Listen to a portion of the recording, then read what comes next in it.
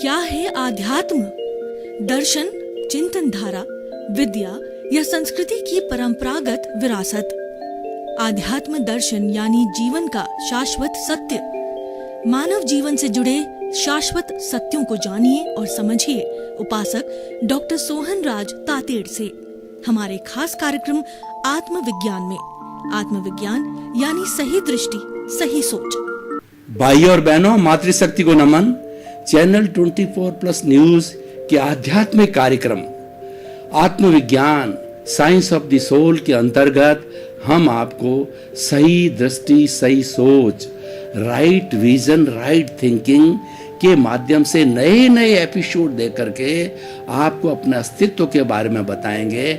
आपको हम बताएंगे कि ये जगत चलाने वाला कौन है, आप स्वयं कौन हैं, आप कहाँ से आए हैं, आपको कहाँ जाना है, और मनुष्य जीवन कितना दुर्लभ मिला है आपको, मनुष्य जीवन की कितनी विशेषताएं हैं और मनुष्य जीवन को हम कैसे सार्थक बना सकते हैं। इन्हीं सब विषयों को लेकर के हम प्रतिदिन नए नए एपिसोड्स आपके सामने प्रस्तुत करते हैं। तो आज का हमारा विषय है निज पर शासन फिर अनुशासन। भाई और बहनों, बहुत ही सुंदर विषय है। दो बातें हैं, निज पर शासन फिर अनुशासन।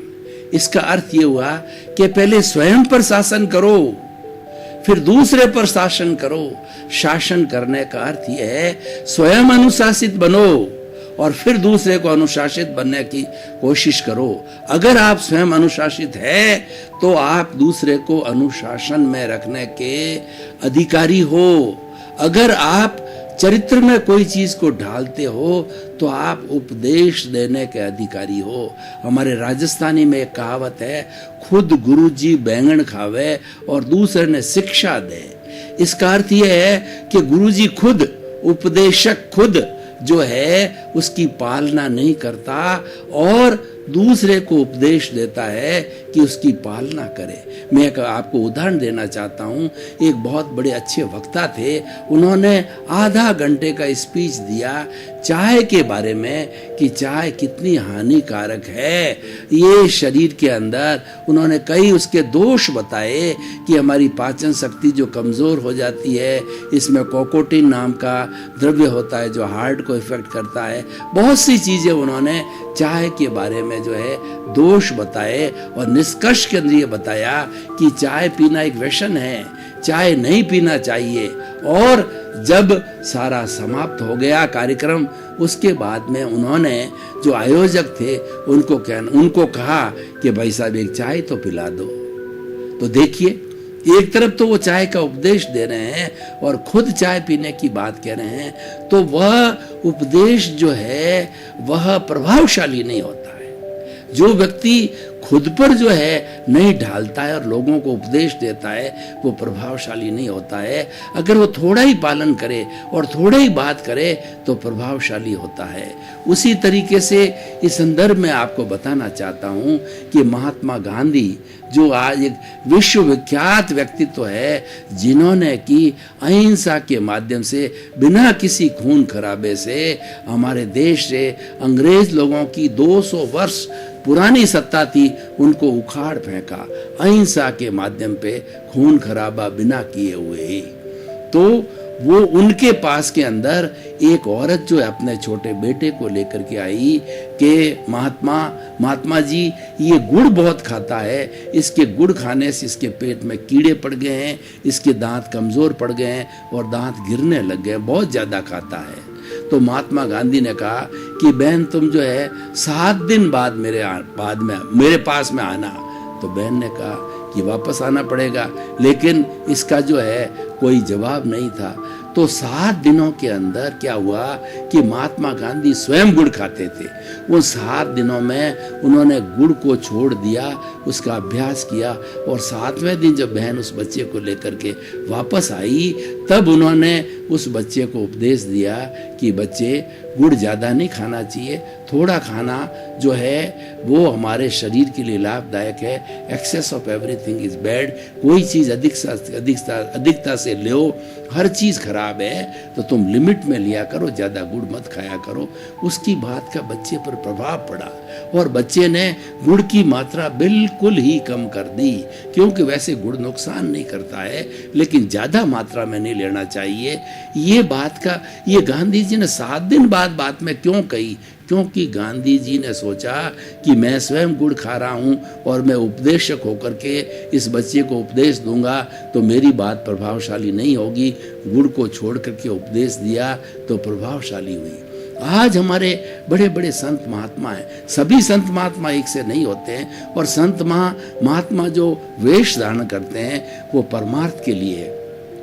क्योंकि हमारे भारत की जो ऋषि परंपरा है, ये ऋषियों की परंपरा, भारत संतों का देश है, ऋषियों का देश है, और प्रारंभ से ही हमने ऋषियों को, मुनियों को जो है बहुत ऊंचा स्थान दिया। उनके सामने नतमस्तक होते हैं और वो परमार्थ की बात करते हैं, वो आत्मा की बात करते हैं, वो आत्मज्ञानी होते हैं, हमको सम्यक दर्शन के रास्ते पर ले जाते हैं, मोक्ष के रास्ते पर ले जाते हैं, हमारे जीवन का सुधार करते हैं, इस लोक का सुधार करते हैं और परलोक का भी सुधार करते हैं, प्रोवाइडेड वो संत सही मायने में सही हो, वो कंचन कामिनी का त्यागी हो और आत्मज्ञानी हो, उसके केंद्र में आत्मा रहने वाली हो, वो सच्चा संत होता है। इसीलिए हम उनको रिस्पेक्ट देते हैं। बड़े बड़े अरबपति, करोड़पति, राजा, महाराजा और हमारे मुख्यमंत्री, प्रधानमंत्री, राष्ट्रपति स्वयं उसके चरणों में झुकते हैं, क्योंकि त्याग को नमन है, वो त्याग करते हैं। तो मैं ये कहना चाहता हूँ कि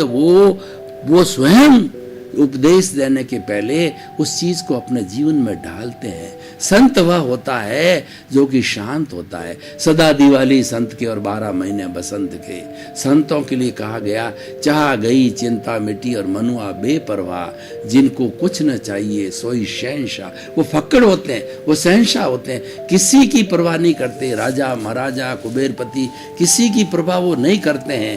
क्यों नहीं करते हैं? वो फक्कड़, उनको किसी चीज की चाह नहीं है। तो किसी व्यक्ति की जब चाह मिट जाती है, तृष्णा मिट जाती है, लालसा मिट जाती है और उसको संतोष आ जाता है, तो वो महान व्यक्ति बन जाता है और उसकी हर बात का असर लोगों पर पड़ता है, प्रभाव लोगों पर पड़ता है। संतोष के लिए कहा गया है, गोधन गज धन बाजी धन और रतन धन खान, जब आवे संतोष धन और सब धन धूरी समान। जो व्यक्ति अपनी परिस्थिति, अपने कर्मों के अनुसार जो अर्जित करके साथ में लेके आया, उसके अनुसार जो जो उसको मिलता है उससे ज्यादा मिल भी नहीं सकता है। उसकी वो तृष्णा करता है, दुखी होता है, और जो कुछ मिलता है उसके अंदर अगर संतोष कर लेता है तो वह व्यक्ति सुखी होता है और वो व्यक्ति जो है उपदेश देने का अधिकारी हो जाता है। तो इस एपिसोड के माध्यम से मैं ये कहना चाहता हूँ कि कोई बात का हम उपदेश दें, कोई हम अपेक्षा करें कि हमारी संतान उसका पालन करे, हमारे परिवार के सदस्य उस चीज का पालन करें, और बड़ा नेता है वो चाहता है कि राष्ट्र के लोग जो है उस चीज का पालन करें, तो सबसे पहले उसको अपने जीवन के अंदर उन चीजों को ढालना पड़ेगा। निज पर शासन, पहले स्वयं पे शासन करना पड़ेगा। पहले अपने जीवन में ढालो और फिर दूसरे को उपदेश दो, दूसरे पे अनुशासन करो, फिर आप देखो कि अनुशासन कितना सुंदर होता है। मैं अभी हमारे वर्तमान के नरेंद्र भाई मोदी जो प्रधानमंत्री है, उनकी बात बताना चाहता हूँ कि स्वयं अनुशासित है, वो रिद्धि सिद्धियों के धनी हैं, उनके पास में राजनीति का बहुत बड़ा अनुभव है और उनके केंद्र में जनता है। तथो राजा यथो राजा तथो प्रजा, जैसा राजा होता है वैसी प्रजा होती है। अगर राजा अनुशासित होता है, धार्मिक होता है, तो प्रजा वैसी बन जाती है। अगर राजा भ्रष्ट होता है तो जनता भी भ्रष्ट हो जाती है, क्योंकि जो कानून है, अनुशासन है, ऊपर से आता है और नीचे जाता है। पानी ऊपर से नीचे बहता है, नीचे से ऊपर पानी नहीं बहता है।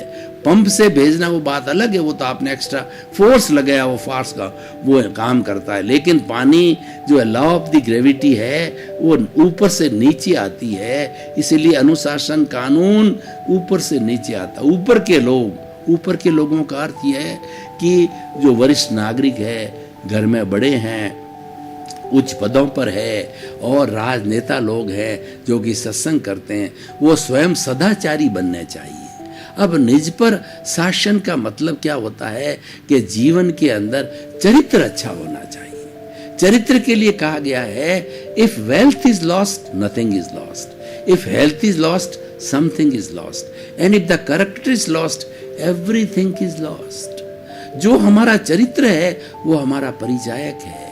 व्यक्ति जो है चरित्र से महान होता है, व्यक्ति कर्म से महान होता है, जन्म से महान नहीं होता है, जाति से महान नहीं होता है। चंडाल जाति का भी हो बहुत बड़ा काम करता है तो वो ब्राह्मण से ऊंचा होता है, और एक ब्राह्मण अगर कुकर्मी होता है वो चंडाल से भी गया बीता होता है। सदाचार को महत्व दिया गया है।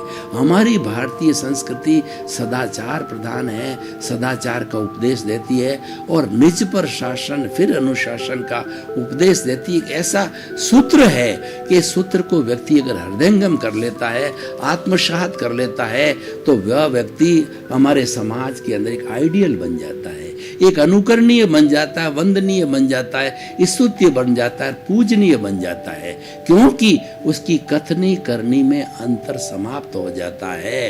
पहले वह अपने आप को तोलता है, फिर बोलता है, पहले सदाचार में लाता है, फिर उपदेश देता है, उसकी बात प्रभावशाली हो जाती है। आज हम सिनेरियो को देखें, इस हमारे वर्तमान के हमारे इस एपिसोड को वर्तमान परिप्रेक्ष्य की कसौटी पर कसें, इसकी रिलीवेंस, इसकी यूटिलिटी और इसकी प्रासंगिकता को देखें कि आज लोगों पर महापुरुषों का, बड़े नेताओं का, घर में जो सीनियर सिटीजन है, माता पिता है, गुरु है, उन सब का जो है लोगों पर प्रभाव क्यों नहीं पड़ रहा है? प्रभाव इसीलिए नहीं पड़ रहा है कि वो चरित्र जिनका उच्च होना चाहिए वह नहीं है। कुछ बहुत एक्सेप्शनल लोग होते हैं, बिरले जो गुरु होते हैं, उनकी बातों का प्रभाव शिष्य पर पड़ता है। परंतु पुराने जमाने के अंदर जो हमारे ऋषि होते थे, वशिष्ठ मुनि थे, तुलसीदास जी थे और हमारे वाल्मीकि जी थे, जितने भी हमारे मुनि थे जो कि जो है वो अपनी झोंपड़ी को, अपने आश्रम को नदी के किनारे प्राकृतिक रूप के अंदर बना करके रहते थे, सादगी का जीवन पालते थे, सदाचार का जीवन पालते थे। उनके जो बच्चे तैयार होते थे वो कितने सदाचारी होते थे। आज 50 साल पहले हम देखें कि हमारे यहाँ कितनी अच्छी नैतिकता थी, क्योंकि माहौल था, निज पर शासन फिर अनुशासन का एक माहौल था। सभी ईमानदारी से चलते थे, सभी नैतिकता से चलते थे। और एक सबसे बड़ी बात थी कि मैं आपको एक बात बताना चाहता हूं कि अर्थमेटिक के अंदर एक थ्योरम आती है कि एक केंद्र से एक ही व्रत खींचा जाता है, एक केंद्र से दो व्रत नहीं खींचे जाते हैं। तो केंद्र जो है अट्रैक्टिव होता है, हमारा केंद्र जो है, केंद्र सरकार अट्रैक्टिव होती है, क्योंकि सब कुछ कानून कायदे वहीं से आता है। वहाँ पर राज्यसभा है, लोकसभा है, प्रधानमंत्री है, राष्ट्रपति है, मंत्री है और बहुत बड़ा बजट है। तो केंद्र में आकर्षण होता है। तो पहले जो केंद्र होता था उस केंद्र में सदाचारी लोग रहते थे, पूजनीय लोग होते थे, जिनका चरित्र अच्छा होता था, उनको केंद्र में रखा जाता था। उनका स्थान राजा से भी ऊपर होता था बैठने का, उनका आसन। और पूजनीय कोई भी गुरु हो, चाहे घर का वरिष्ठ नागरिक हो, चाहे जो है शासन चलाने वाला राजा हो, सदाचारी होता था, वह पूजनीय होता था। और परिधि में हमारे साधन थे, धन था, ऐश्वर्य था और हमारी प्रॉपर्टी थी, वो परिधि में थे, वो सेकेंडरी थे। उनका भी महत्व था, लेकिन प्रथम महत्व जो है चरित्र का होता था। लेकिन इन 30-40 वर्षों के अंदर हमारी मानसिकता बदल गई, हमारी मानसिकता खराब हो गई। हम राइट बिलीफ से रॉन्ग बिलीफ के अंदर आ गए। उससे परिणाम क्या हुआ कि हमने सदाचार का जो फॉर्मूला था, सदाचारी लोग गुणों की हम आराधना करने वाले थे, उन गुणों को, गुणों को और गुणी लोगों को, सदाचारी लोगों को परिधि पर फेंक दिया। और परिधि के अंदर जो धन था, दौलत था, उसको हमने केंद्र में ले आए। अब व्यक्ति कितना ही भ्रष्ट हो, एन केन प्रकारेण बाय हुक और क्रुक धन कमाता है, उसको समाज में प्रतिष्ठा मिलती है, राजनीति में प्रतिष्ठा मिलती है, घर में प्रतिष्ठा मिलती है। और इस कारण से सारा माहौल खड़ा हो गया। और ऐसे लोग भ्रष्ट लोग हैं, न तो निज पर अनुशासन करते हैं, वो फॉर्मूला लाइक नहीं करते हैं कि निज पर शासन फिर अनुशासन, वो फॉर्मूला उन पे लागू नहीं होता।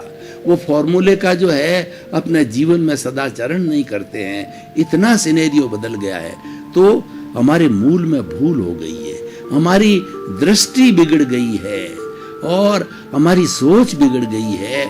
तो हमें उस सोच को सही करने के लिए पुनः इस पद की प्रतिष्ठा करनी है कि निज पर शासन फिर अनुशासन, ये मान के चलेंगे, ये हमारे जीवन में ढालेंगे, हमारे केंद्र में रखेंगे, समाज के बीच रखेंगे, राष्ट्र के बीच रखेंगे, विश्व के बीच रखेंगे। तो पुरानी हमारी निज पर शासन फिर अनुशासन के माध्यम से वसुधैव कुटुंबकम की अवधारणा बनी थी कि हम सब एक ईश्वर की संतान हैं, हम सब भाई भाई हैं। तो हमारे बीच में भाईचारा होना चाहिए, एक दूसरे की कोई भी जो है वो हिंसा नहीं करे, एक दूसरे का तिरस्कार ना करे, एक दूसरे की घृणा नहीं करे, सभी समान हैं क्योंकि एक ईश्वर, हम एक पिता की संतान हैं। तो वसुधैव कुटुंबकम चलता था हमारे देश के अंदर।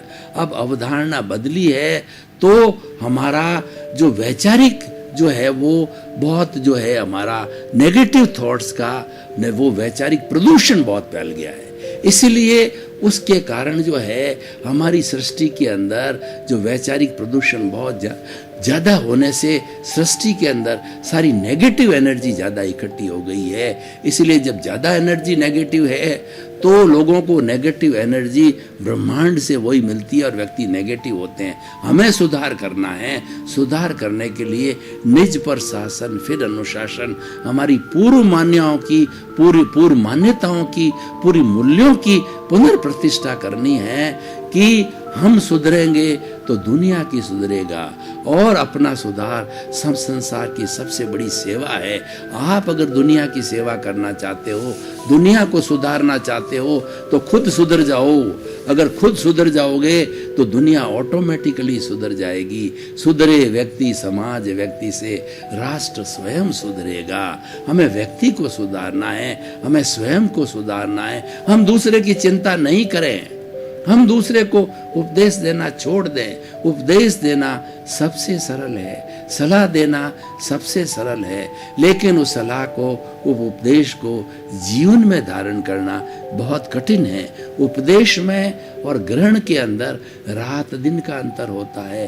तो हम ज़्यादा समय जो जीवन में धारण करने के लिए उतारें, और कोई मुश्किल नहीं है, ये काम कठिन नहीं है। हमको हैबिट बनानी है। हमारी हैबिट गलत बन गई है। पहले हैबिट अच्छी थी, उस हैबिट को छोड़िए, उस जो अच्छी हैबिट थी उसको ग्रहण कीजिए, और अब हैबिट जो खराब बन गई उसको छोड़िए। क्योंकि आखिर जो सुधार करता है वो इंसान ही करता है। To err is human.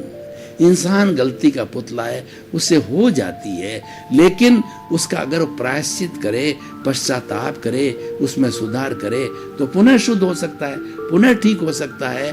तो ये काम हम आसानी से कर सकते हैं और हमको ही करना पड़ेगा। क्यों? जो सृष्टि का सर्वश्रेष्ठ प्राणी है मनुष्य ही है। सोच मनुष्य देता है, बुरी सोच मनुष्य देता है, नेगेटिव थॉट मनुष्य देता है, पॉजिटिव थॉट मनुष्य देता है। और इस सृष्टि में पॉजिटिव नेगेटिव एनर्जी मनुष्यों के थॉट से ही आती है, मनुष्यों के विचारों से आती है। क्योंकि दूसरे समस्त प्राणी 84 लाख जीवा योनि के मनुष्य को छोड़ के समस्त प्राणी हैं। कई पंचेंद्रिय भी पशु पक्षी है, लेकिन सोच ज्यादा नहीं है। उनके पास में मन डेवलप नहीं है, उनके पास में इंद्रियां डेवलप्ड नहीं है, वो इतना सोच भी नहीं सकते। इसीलिए कहा गया है कि सबसे ज्यादा जो बुरा काम करता है दुनिया में वह मनुष्य है। इसलिए मनुष्य में के लिए कहा गया है, मनुष्य को छोड़ करके सातवीं नारकी के अंदर कोई दूसरा प्राणी नहीं जाता है। अच्छा काम करे तो देवलोक में भी मनुष्य ही जाता है, उच्च देवलोक में मनुष्य जा सकता है, पशु पक्षी निम्न देवलोक के अंदर जाते हैं। तो इसीलिए मनुष्य एक निर्णायक शक्ति है। मनुष्य जो है एक जो है कंट्रोलिंग पावर है। मनुष्य जो है एक डिसाइडिंग फैक्टर है। सब कुछ हमको करना पड़ेगा, ये हमारा ही दायित्व है, कोई दूसरा आने वाला नहीं है। और उपदेश देने वाला हमसे ही तैयार होगा, ग्रहण वाला करने वाला भी हम ही होगा, हम ही शिष्य बनेंगे और हम ही गुरु बनेंगे। ये सब काम हमको करना है। तो भाइयों, निष्कर्ष की भाषा के अंदर इस एपिसोड्स के माध्यम से हम हमारे युवकों को, खास तौर से हमारे जो युवा है, उन युवाओं को जो है हम ये सलाह देना चाहते हैं, उपदेश नहीं, हम ये सलाह देना चाहते हैं, उनसे विनती करना चाहते हैं कि आप देश के कर्णधार हो और हिंदुस्तान में 80 करोड़ युवा हैं और आप ही अच्छा देश बनाओगे, अच्छा भविष्य बनाओगे। तो अच्छा भविष्य बनाने के लिए आप निज पर शासन फिर अनुशासन का फॉर्मूला अपने जीवन में डालें, इसको आत्मसात करें, इसको हृदयंगम करें। आपका जीवन सुखी बनेगा और आप एक समाज के सामने आइडियल बनेंगे, रोल मॉडल बनेंगे। आपको समाज फॉलो करेगा, समाज अच्छा बनेगा। ये हमारा आत्मविज्ञान कार्यक्रम है। ये व्यवहार नए और निश्चय नए दोनों में चलता है। दोनों को बराबर दोनों एक ही तराजू पर तोलता है, क्योंकि हमारा व्यवहार पक्ष बड़ा है और हमारा निश्चय पक्ष तो अमूर्त है, हर एक देखता नहीं है। लेकिन व्यवहार पक्ष जो है वह हमारा सब देखते हैं, वो मूर्त है। इसीलिए कहा गया है कि व्यवहार शुद्धि बिना निश्चय की शुद्धि नहीं हो सकती है। हमारा निश्चय कहता है कि तुम एक आत्मा हो और तुम ज्ञाता दृष्टा आत्मा हो, तुम अकर्ता हो।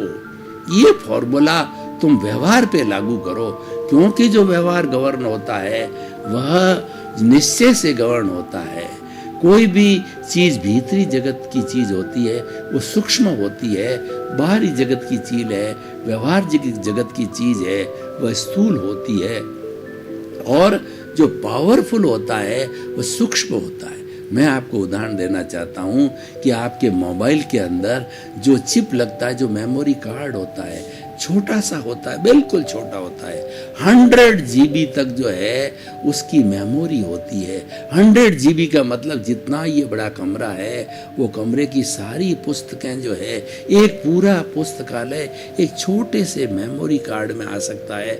आपको इतनी बड़ी पुस्तकों की व्यवस्था करना और इतनी बड़ी पुस्तकों की अवेयर करना, रखना, कमरा घेरना, मनुष्य रखना, उसकी देख रेख रखनी कि धूल न जम जावे, कीड़े मकोड़े नहीं खा जावे और उसके अंदर नमी नहीं जम जावे, उसकी कोई आवश्यकता नहीं। मेमोरी कार्ड में आप कंप्यूटर में लगाओ और आप हर चीज को देख सकते। इसका अर्थ क्या हुआ? इसका अर्थ ये हुआ कि सूक्ष्म पावरफुल होता है। भाई और बहनों, आपका बहुत बहुत धन्यवाद। आप जो है ये आत्मविज्ञान कार्यक्रम बराबर देख रहे हो, देखते रहिए। अपने बच्चों को सुसंस्कार देने के लिए इनको दिखाते रहिए। वृद्ध जन देखें, महिलाएं देखें, पुरुष देखें, स्त्रियां देखें, बच्चे देखें, युवक देखें, सभी देखें। उससे हमारा एक अच्छे स्वस्थ समाज का निर्माण होगा, वसुधैव कुटुंबकम का निर्माण होगा, क्योंकि इसमें हर सूत्र जीवन निर्माण का सूत्र बनाया जाता है। किसी धर्म से हम नहीं जोड़ते, कोई हमको गुरु शिष्य की परंपरा से नहीं जोड़ते, हम किसी क्रिया कारण से नहीं सोचते हैं। आपको सही दृष्टि देते हैं, आपकी रॉन्ग बिलीफ समाप्त करके आपकी राइट बिलीफ देते हैं। आपका जीवन धन्य हो, आनंदमय हो, मंगलमय हो। आत्मविज्ञान में आत्मविज्ञान यानी सही दृष्टि, सही सोच।